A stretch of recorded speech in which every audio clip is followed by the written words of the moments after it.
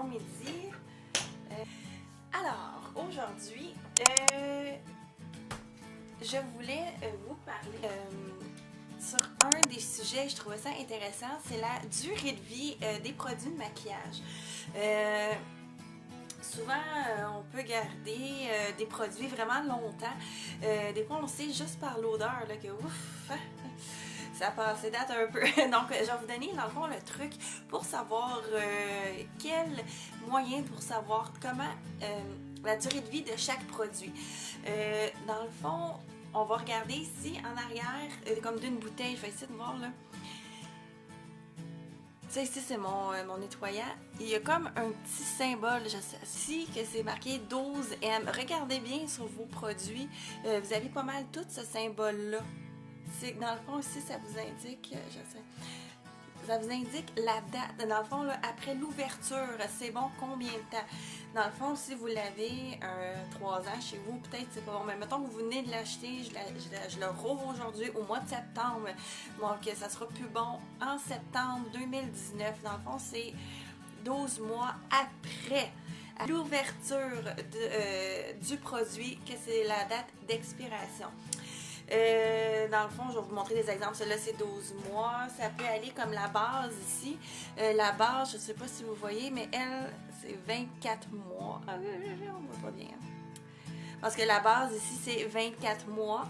Fait que ça veut dire que si je le rouvre aujourd'hui, ça va être bon jusqu'en septembre 2020. Ça ne durera pas jusqu'en septembre 2020, j'en suis accro. Mais quand même, des fois, on vous dit...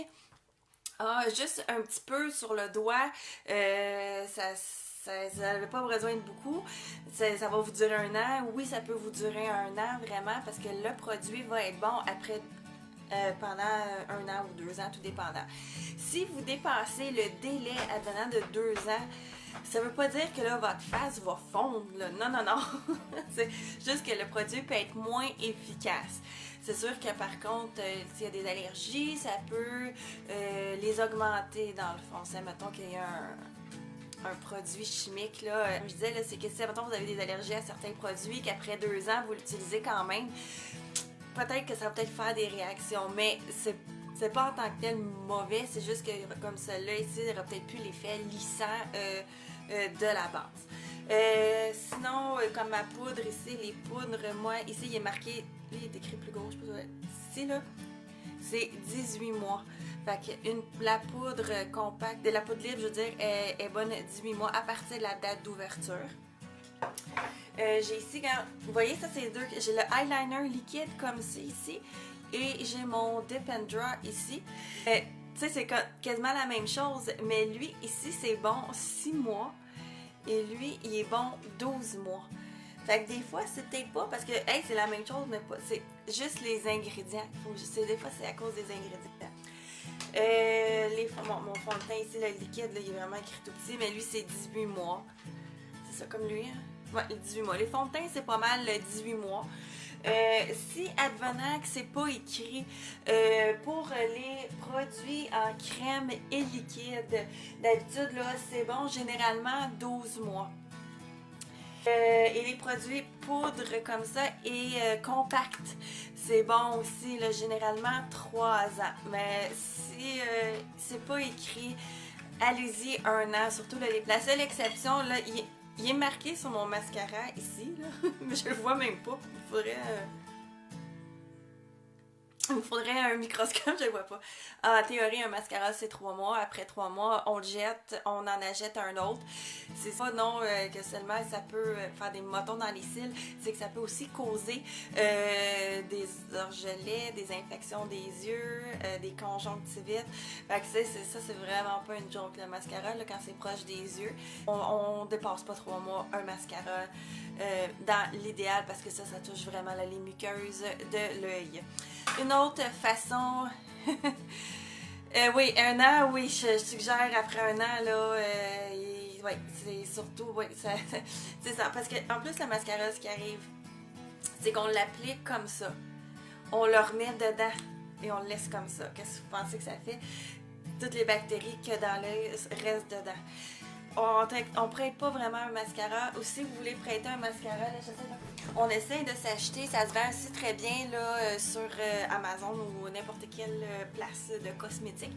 Des petits comme ça ici, des recharges qu'on appelle. Si vous dites, hey, j'ai mon mascara Epic, veux-tu l'essayer?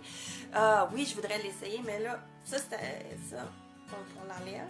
Et on prend le testeur comme ça, on le met comme ça et on l'applique. Ce que vous pouvez faire aussi entre chaque, c'est d'utiliser des désinfectants. Entre chaque, mettons, je veux remettre désinfectant, on laisse sécher, on retrempe dans le tube de mascara et on le réessaie. Ça, c'est si vraiment là, vous faites tout, si vous voulez le prêter. Mais en théorie, on n'est pas obligé de l'acheter. Je suis pas sûre que je l'aime. Oui, moi j'en ai un que je garde qui est justement fait pour tester. Aussi, une autre façon là, pour aider à la durée de vie des produits, tout ce qui est en pot comme ça. Comme ça c'est mon masque là, au charbon. C'est sûr que même si j'ai les doigts lavés, juste le fait d'ouvrir comme ça le couvercle peut avoir un contaminant.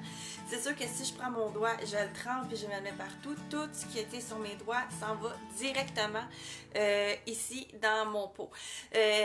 Dans le fond, vous pouvez soit prendre un Q-tip, un coton-tige, vous pouvez le prendre dedans et l'appliquer, le mettre sur votre main, l'appliquer ici. Même là, si vous avez un applicateur, celui en silicone ou le pinceau, là, ou un pinceau comme ça là, pour mettre le masque. Ne prenez pas comme n'étendez pas, prenez et non, même si vous avez un pinceau, c'est pas les doigts, vous touchez à votre peau, vous retournez, même si c'est déjà tout nettoyé. Vous pouvez, comme je dis, soit prendre un Q-tip ou il y a une petite spatule qui vient avec le pot qui est tout le temps ici en haut. On prend la spatule, on trempe dans le produit en pot. Là, vous pouvez la mettre sur votre main, mettre ça comme ça, la mettre sur les doigts, en mettre partout.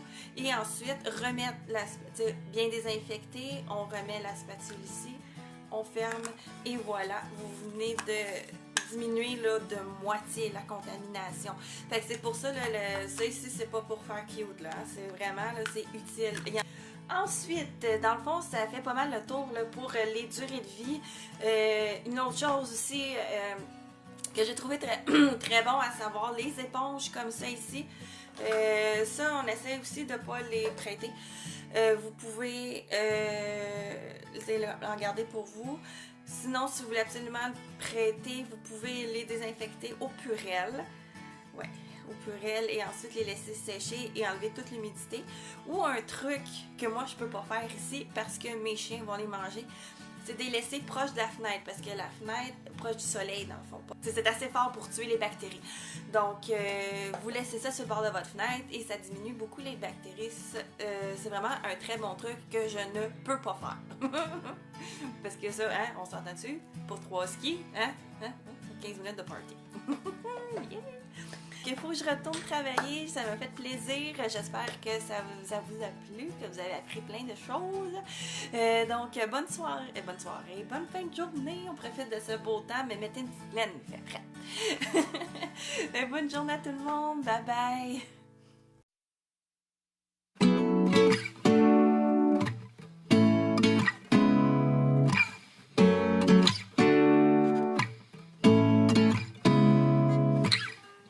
Seeing eyes of mine